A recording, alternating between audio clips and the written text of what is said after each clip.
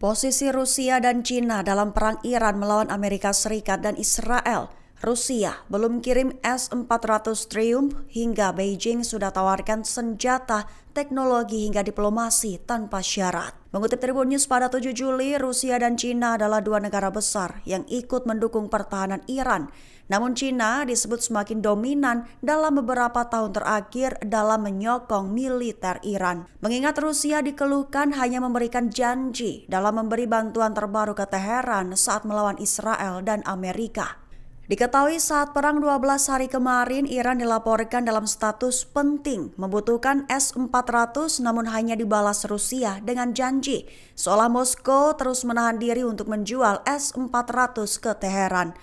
Alasannya Rusia memprioritaskan perang Ukraina dan pertahanan bukan tekanan Israel semata. Sementara itu di satu sisi Tiongkok justru memperluas jangkauan mulai dari senjata, teknologi hingga diplomasi. Adapun 3 tahun terakhir kerjasama militer Iran-Tiongkok sudah menyentuh aspek kemampuan transfer teknologi drone termasuk avionik dan sensor berbasis sistem Beidou.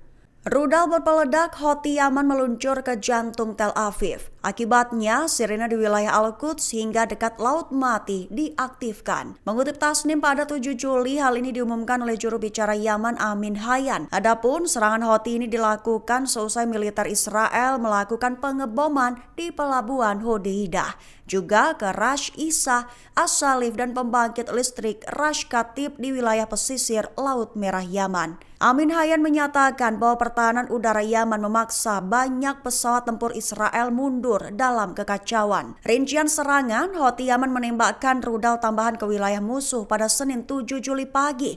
Sirene diaktifkan mulai di Al-Quds, Al-Khalil atau Hebron dan wilayah dekat Laut Mati.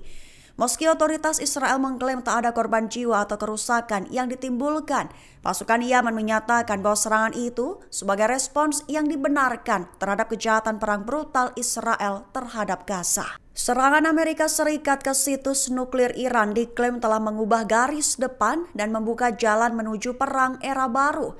Amerika Serikat dan Israel apakah merencanakan agresi kedua terhadap Iran? Mengutip Palestine Chronicle pada 7 Juli, hal ini merupakan hasil analisis dari Institut Washington untuk Kebijakan Timur Dekat atau WINEP. Robert Sadlov, Direktur Eksekutif WINEP, berpendapat bahwa serangan Amerika Serikat terhadap program nuklir Iran mengubah garis merah. Sekaligus disebutnya justru membuka jalan bagi apa yang disebutnya era baru serangan antar negara secara langsung. Ketika WINEP mulai menghancurkan serangan kedua terhadap fasilitas nuklir Iran, hal itu perlu diperhatikan. Lembaga pemikir itu tidak hanya memiliki pengaruh besar di Washington dan banyak anggota seniornya telah menduduki posisi penting di berbagai tingkat negara keamanan, tetapi juga mewakili pandangan lobi Israel yang kuat.